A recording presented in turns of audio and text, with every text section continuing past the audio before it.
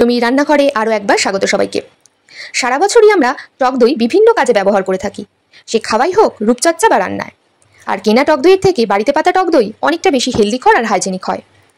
আর আমরা সবাই জানি টক দইয়ে রয়েছে প্রচুর পরিমাণে ক্যালসিয়াম, যা আমাদের শরীরে ভিটামিন ডি পূরণে সহায়তা করে।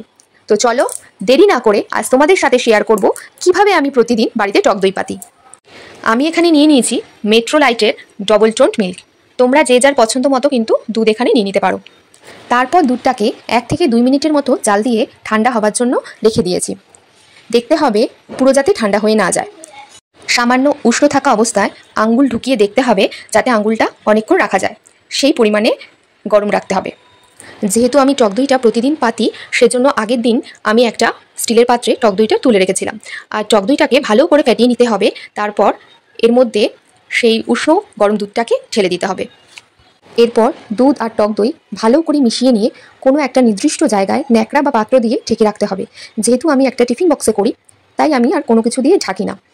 এখন অন্তত 6 ঘন্টা সেখানে রেখে দিতে হবে।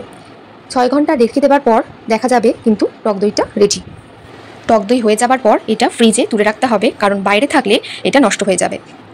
আর তোমরা কে কীভাবে টক দই পাতো অবশ্যই কিন্তু কমেন্ট বক্সে কমেন্ট করে জানিও। তো আজকের মতো টাটা।